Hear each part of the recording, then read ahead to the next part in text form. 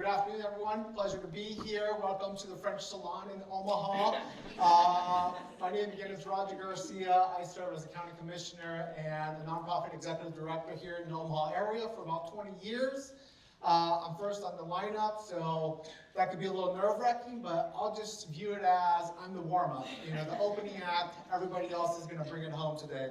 So my wife was asking me, what are you going to talk about, Roger? And I said, well, I have concepts of speech. Something about compassion and leadership, or measuring leadership through compassion. Because when I have an opportunity to lift up the notion of and the acts of compassion, genuine and true human-to-human compassion, well then, I'll take that opportunity. Because what do we usually think about for leadership qualities and characteristics? You know, we oftentimes look at fancy titles and roles, like executive this or president of that, maybe salary levels, wealth and status in the community, perhaps education level, and other like achievements. But have you ever heard that what people remember most from their interaction with you is how you made them feel? Now let me admit up front, I haven't mastered and probably will never master what I'm preaching to you today. But that's because we are constantly being challenged in our day-to-day life to choose.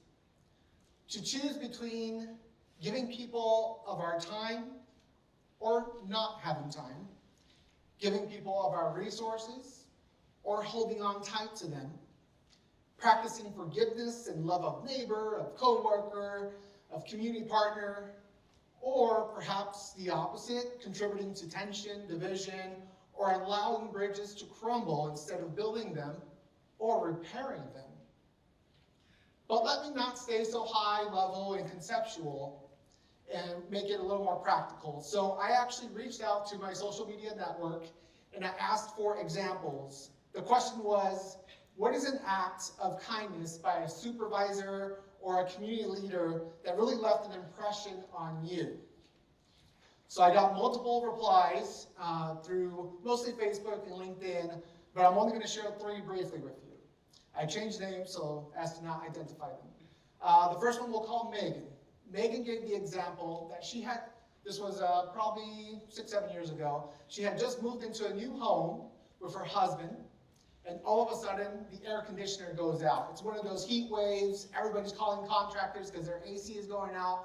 So she just could not find a contractor in the Omaha metro area. And she asked her supervisor, hey, do you have any contacts? Do you have a guy? You know that question. Do you have a guy for that? And what he ends up doing is that he takes the initiative, without being asked, to put her in a hotel for an entire week and just takes care of her during that week, making sure that she has somewhere to be with her husband that is air conditioned while the contractor can come within a week's time to fix her AC in her home. And so he did that out of his own resources, not employee funds, but out of his own resources. Several years later, Megan's husband unfortunately passes away, and at this time, her former supervisor is no longer her boss. But upon hearing that her husband had passed away, he quickly jumps to mobilize people to donate and gather together funds to support Megan during this tough time for her. Both of these acts of kindness left a permanent mark on her heart. We'll jump to a quick example, a second one by Robert. Robert had a difficult moment as well when he was struggling with mental health, and his mother was very ill at that time. Senior status as well, and his supervisor could tell that he was going through a rough time. And so his supervisor asked Robert to coffee. There was no agenda, there was no business talk. It was just a genuine, how are you right now, in this moment? And for him to be seen, especially in the moment of feeling invisible, meant so much to him. A quick last example from Morgan. She had a boss that was moving on within the company to a better role, different division. And one of the last things that that boss did was to advocate for her to be promoted. Her boss knew her talents and growth potential and made sure that it was not overlooked by executive leadership.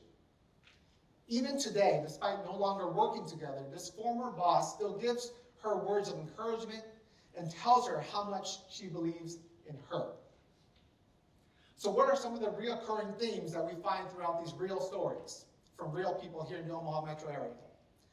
We have supervisors and leaders making time for others, time that wasn't scheduled to be helping others, but they made the time for others. I often say that true acts of compassion and kindness and love are often inconvenient because they're not planned. They're not on our schedule. They're not on our agenda. We have to go out of our way to be there for people and make time to be there for people. In these stories, we have people who felt seen and cared for.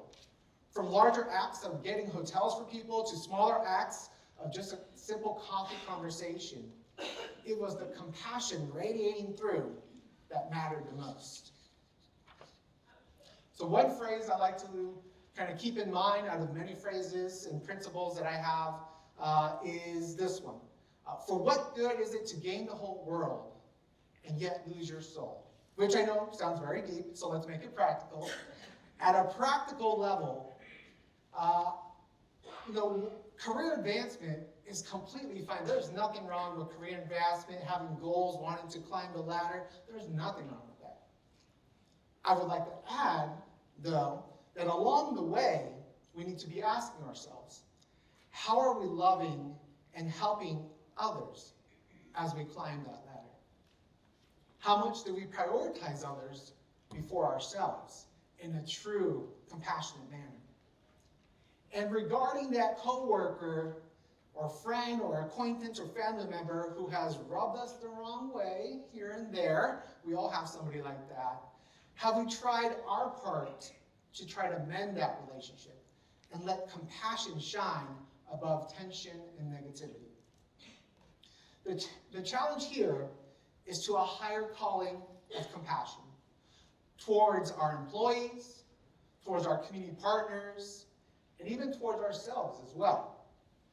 Make sure that you have compassion towards yourself and try to strive towards holistic health, spiritual, emotional, physical, intellectual, because the better that you are balanced and positive inside, the more your light will radiate outside in the community. Thank you.